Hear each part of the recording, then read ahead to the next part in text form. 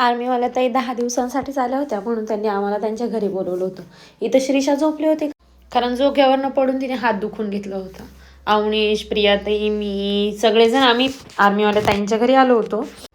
मैत्रिणी एकत्र येणं म्हणजे एक छोटंसं गेट टुगेदरच असतं.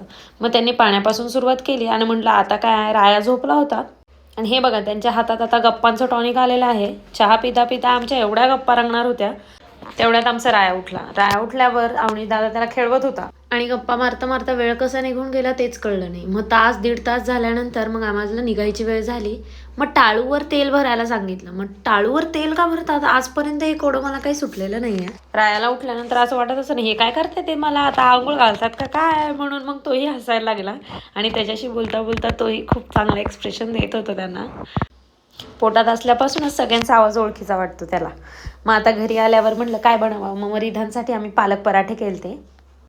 पोरांना रोज नवीन काय काय बनवून द्यायचं हे सुचतच नाही, पण जेव्हा सुचल तेव्हा आम्हालाही खावंसं वाटतं. मग